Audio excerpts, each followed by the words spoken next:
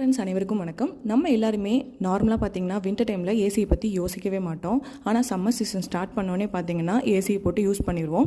So அதே மாதிரி நீங்களும் தப்பு பண்ணாதீங்க. சம்மர் சீசன் ஸ்டார்ட் பண்ணுறதுக்கு முன்னாடியே ஏசியை நல்லா க்ளீன் பண்ணி வச்சுக்கோங்க.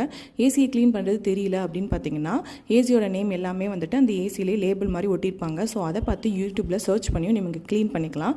அப்படி இல்லைனா ஏசி சர்வீஸ் பண்ணுறவங்க நார்மலாக இருப்பாங்க. ஸோ அவங்கள கூப்பிட்டு சர்வீஸ் பண்ணி யூஸ் பண்ணுங்கள்.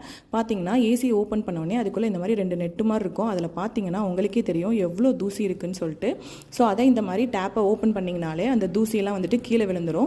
அதுக்கப்புறம் ரொம்பவே மெலிசான கிளாத் வச்சு ரொம்ப லேசாக ஒத்தி எடுத்திங்கன்னா போதும். அதில் இருக்கிற ஈரெல்லாம் வந்துடும். அதுக்கப்புறம் ஃபேன் காற்றுல நம்ம எப்பயும் போல் வளர்த்திட்டு நம்ம ஏசிக்குள்ளே மாட்டி ஃபிக்ஸ் பண்ணி அதுக்கப்புறம் ஒரு 10 நிமிஷம் ஏசி ஓட விட்டு அதுக்கப்புறம் ஆஃப் பண்ணிடுங்க.